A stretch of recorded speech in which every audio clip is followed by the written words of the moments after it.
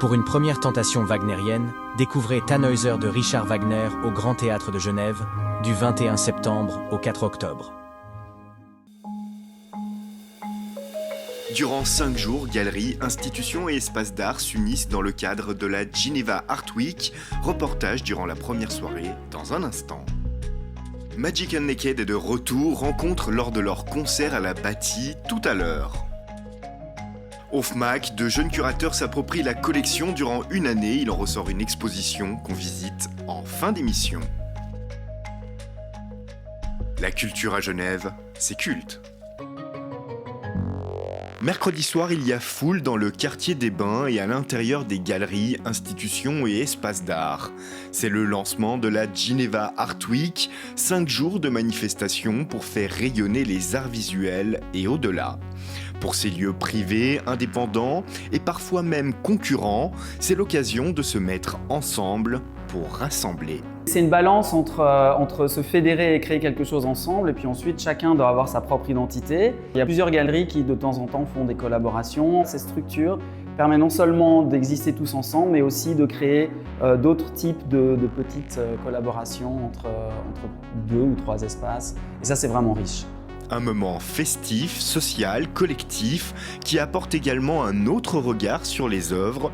Au-delà du rapport intime à l'art, l'échange permet d'enrichir sa perception et la compréhension des pièces présentées. Chacun il vient de son commentaire, peut trouver une symbolique dans quelque chose. Pour quelqu'un, ça ne lui parle pas du tout.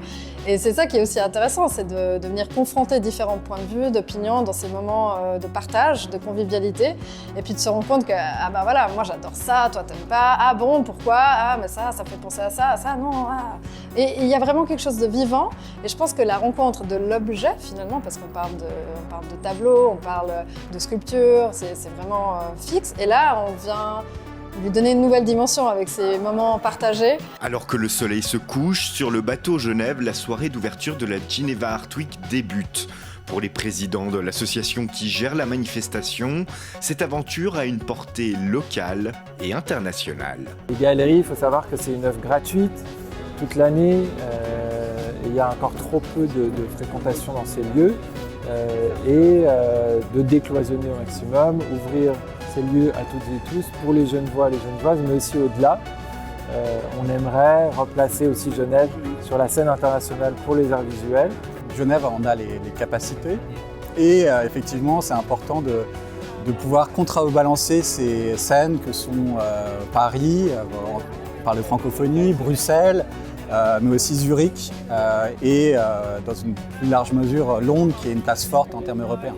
Pour ça, ça passe par justement des ententes et je pense que c'est ce qu'on est en train de mettre à l'œuvre avec cette association.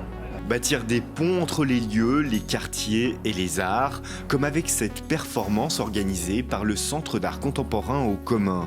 Pour la directrice du salon Art Genève, cette semaine participe au foisonnement du monde de l'art genevois. Aujourd'hui, on sent qu'il y a des nouvelles galeries qui s'implantent à Genève. On a une scène culturelle qui est aussi portée par des musées qui sont d'envergure internationale, comme le MAMCO ou le Musée d'art et d'histoire. Et je pense que ce qui est intéressant, c'est de réunir aussi au-delà des arts visuels, la richesse de manière plus large du paysage culturel genevois, que ce soit dans la danse, dans la musique, dans le théâtre. C'est vrai que c'est des secteurs qui sont toujours pas très unis dans la façon de communiquer et de célébrer un peu cette richesse, et c'est agréable de voir des événements qui soient ouverts à cette diversité. La Geneva Art Week rassemble 70 lieux à découvrir ou redécouvrir jusqu'au 21 septembre.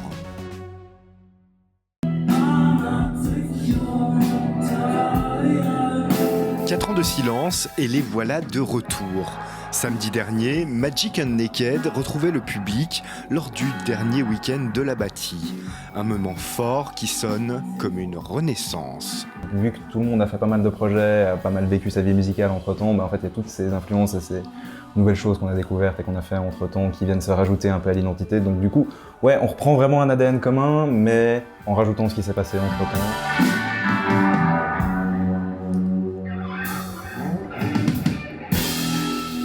On a un groupe à guitare, et 2 guitares déjà, et on a toujours voulu jouer des concerts vraiment dans cette formation avec 2 guitares, et du coup c'est vrai que ça donne tout de suite un type de musique C'est-à-dire qu'on a commencé par faire de la musique très typée 60s.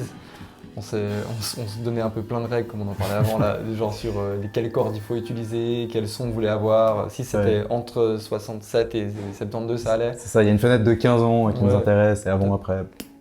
Et du coup, maintenant, on aime bien jouer avec ça, puis un petit peu briser toutes les règles qu'on s'était mises avant. Ce retour, tout d'abord, naît d'une volonté de rejouer ensemble, a donné lieu à l'enregistrement d'un album. En fait, on s'est revus il y a un an pile, il y a littéralement jour pour jour un an. Et on a décidé qu'on allait rejouer ensemble d'abord, sans pression, et puis on s'est dit... on a joué ensemble, et du coup, on a très vite compris qu'on avait envie de faire des nouvelles choses. On a fait des nouveaux morceaux, et puis on a mis quelques petites stories Instagram pour l'annoncer, et puis c'est comme ça qu'on a eu ce concert à la Bâtie, mais on n'a pas encore fait l'étape de démarchage et tout ça, mais on a envie de continuer. Donc on a un album qui va sortir un jour, je sais pas quand, et puis on continue à faire des nouvelles choses. Des nouveaux morceaux dévoilés en exclusivité au public venu les soutenir au Manège d'Aunay. La suite de leur histoire, il ne reste plus qu'à l'écrire.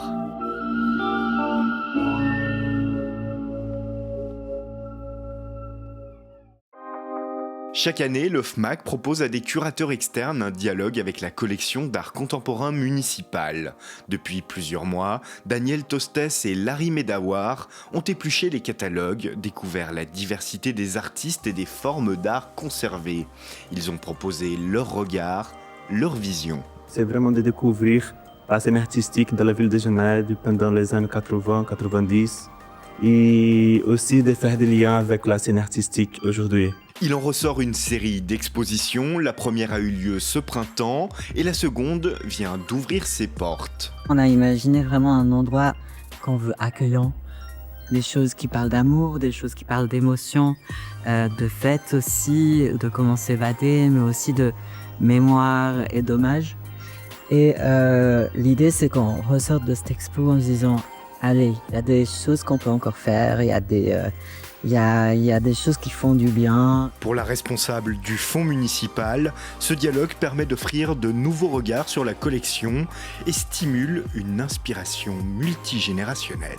Il y a beaucoup de commissaires d'exposition, de curatrices ou de curateurs qui sont indépendants à l'extérieur. Et puis, chaque fois, ils nous offrent justement un regard, une sensibilité nouvelle sur la collection. Et ça offre aussi au public des façons de découvrir d'autres aspects, d'autres pans, d'autres œuvres de cette collection qui appartient finalement à tout le monde. L'exposition Vision est à découvrir au FMAC jusqu'au 4 décembre.